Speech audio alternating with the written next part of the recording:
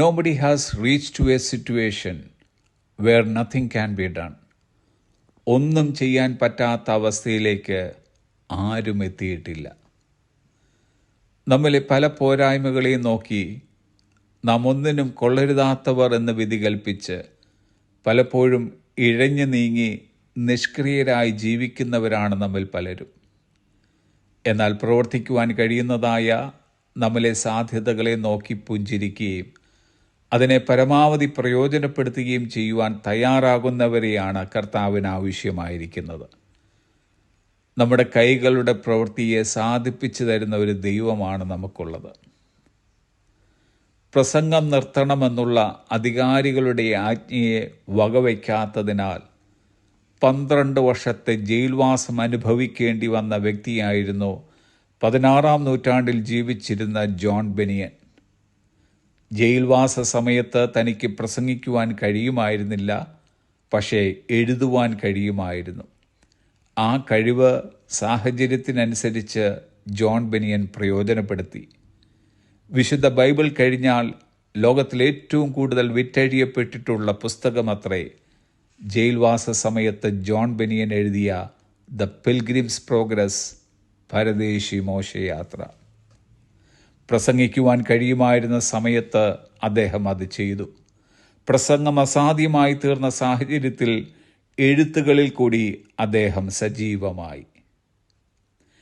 കഴുത്തിന് കീഴ്പോട്ട് തളർന്നു പോയ വ്യക്തിയായിരുന്നു ജോണി എറിക്സൺ. തൻ്റെ ശരീരം തളർന്നതായിരുന്നെങ്കിലും മനസ്സ് തളർന്നിട്ടില്ലായിരുന്നു. അനക്കമുള്ള ശരീരഭാഗം ജോണിയുടെ ചുണ്ടു മാത്രമായിരുന്നു. അവൾ ആ ചുണ്ടിൽ ബ്രഷ് പിടിപ്പിച്ച് മനോഹരങ്ങളായ ചിത്രങ്ങൾ വരച്ചു. 100 കണക്കിന് ഇമ്പമാർന്ന പാട്ടുകൾ കർത്താവിന് വേണ്ടി പാടി. പ്രശസ്തമായി തീർന്ന പല പുസ്തകങ്ങളും അവൾ മറ്റുള്ളവരെ കൊണ്ട് എഴുതിപ്പിച്ചു.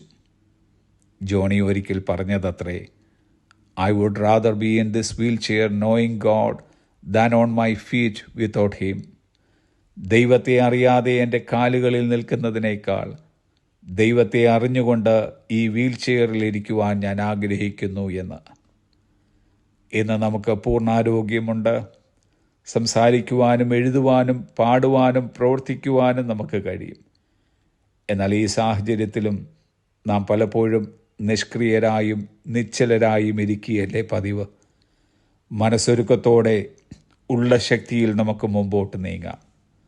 മാർട്ടിൻ ലൂതർ കിങ് പറഞ്ഞതത്രേ, "If you can't fly, then run.